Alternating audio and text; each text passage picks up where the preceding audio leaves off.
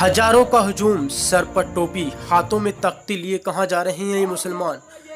आपको बता दें ये कोई सियासी जुलूस नहीं है। तस्वीरें बदायूं जिले के कस्बा ककराला की हैं, जहां पर अमन कमेटी की जानिब से दहेज के खिलाफ एक जुलूस निकाला गया, जिसमें हजारों लोगों ने बढ़ चढ़कर हिस्सा लिया और शांतिपूर्वक ये जुलूस निकाला गया।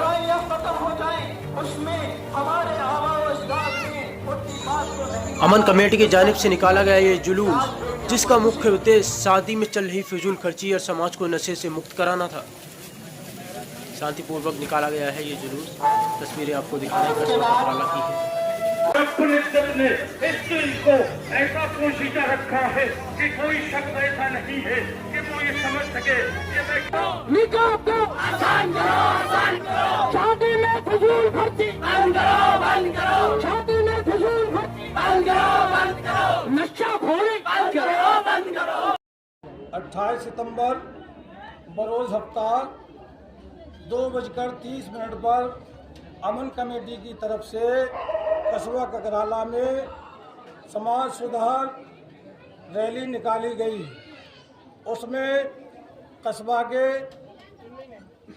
हज़ारों लोगों ने शिरकत की। अमन कमेटी का मकसद और सबसे पहला मकसद ये है कि कस्बा में अमन व शांति का पैगाम पहुंचाना और अमन व शांति कायम कराना। दूसरा मकसद ये है कि समाज में फैली हुई बुराइयों के खात्मे के लिए कोशिश करना। हमारे माशरे में, हमारे कस्बे में, हमारे लोगों में, हमारे नौजवानों में जो भी कमियां और खामियां और बुराइयां फैल रही हैं, चाहे वो जुआ शराब हो, नशाखोरी हो और चाहे और दुनिया के ऐब हो, उन सब पर काम करना मकसद है अमन कमेटी का। और उसी का पैगाम अमन कमेटी पहुंचा रही है और नशर इशाअत के ज़रिए भी काम कर रही है, जलसे भी करके काम कर रही है, मसाजिद से मिंबर के खुतबे से भी हमारे अम्मा हजरात इस काम को अंजाम दे रहे हैं। और जो सिर्फ अमन कमेटी की ही वजह नहीं, बल्कि हम हर इंसान की हमारी जिम्मेदारी बनती है, हर मुसलमान की जिम्मेदारी बनती है, चाहे कोई भी धर्म और मज़हब का कोई भी शख्स हो, सबकी जिम्मेदारी बनती है कि अपने माशरे से बुराइयों के ख़ात्मे के लिए कोशिश करना और बुराइयों के ख़ात्मे के लिए जद्दोजहद करना और बुराइयों के ख़ात्मे के लिए हर तरह से अपनी कुर्बानी देने के लिए पेश रहना। सदर साहब, एक अहम सवाल ये बनता है, चूँकि अमन कमेटी जिस तरह से लोगों से अपील कर रही है, दरख्वास्त कर रही है, कोशिश कर रही है, तो अब तक आपको इसमें कितने हद तक कामयाबी मिली है? और दूसरा ये कि आगे अमन कमेटी के क्या मंसूबात हैं? अमन कमेटी तकरीबन 1 साल हो गया है अमन कमेटी की क़यामत को। और अमन कमेटी ने सबसे पहले जो शादी ब्याह में गलत रसूमात और फजूल खर्ची फैली हुई है, उनके खात्मे के लिए शुरुआत की, काम करना चाहा और काम किया और काम कर रहे हैं।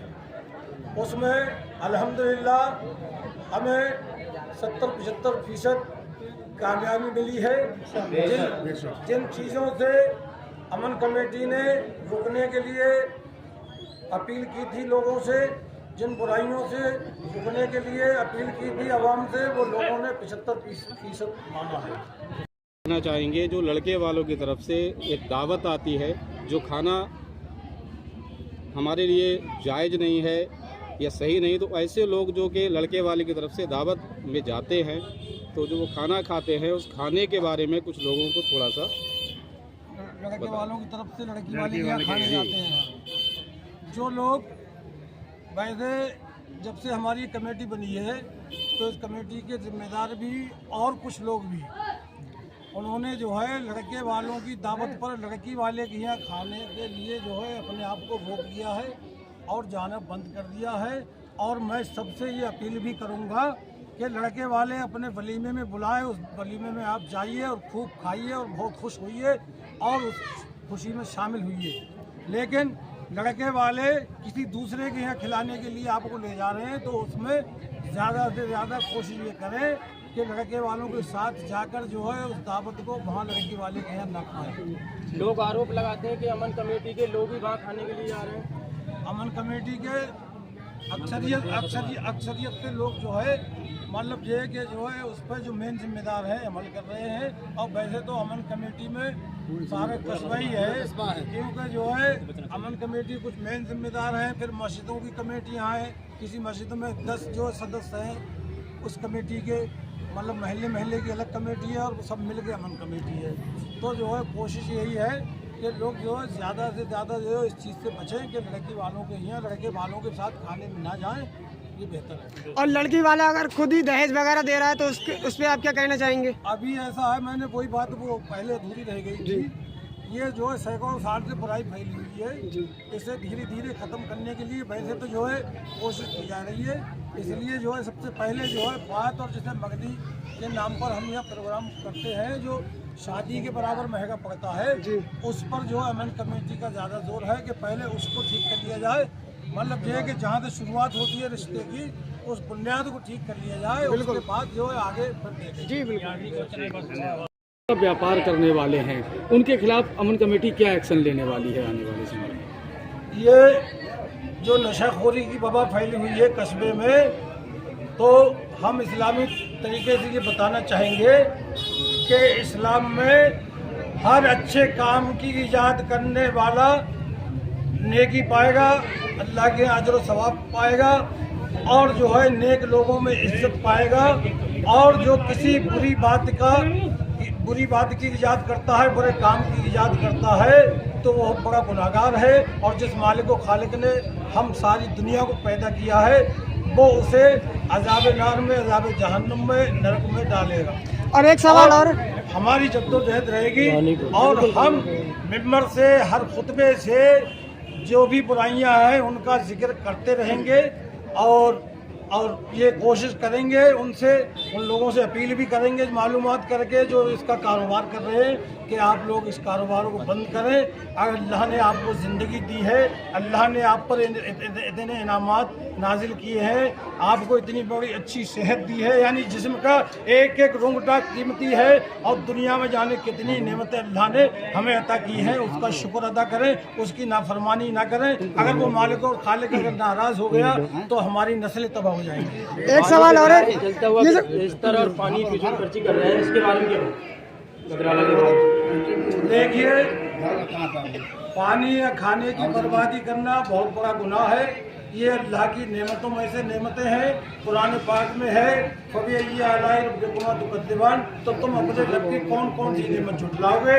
यानी अल्लाह ने सूरह रहमान में तमाम नेमतों का जिक्र किया है, और मैं ये समझता हूँ कि पानी भी अल्लाह की नेमतों में से एक बहुत बड़ी नेमत है।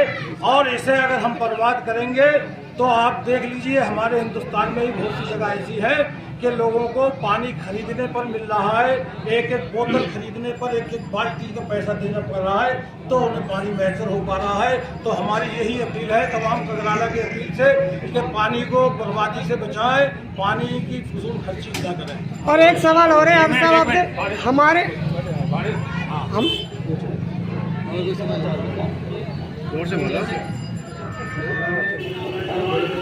साहब जो है अगर कोई इसका बाइकाट करता है तो उसका निकाह पढ़ाएंगे।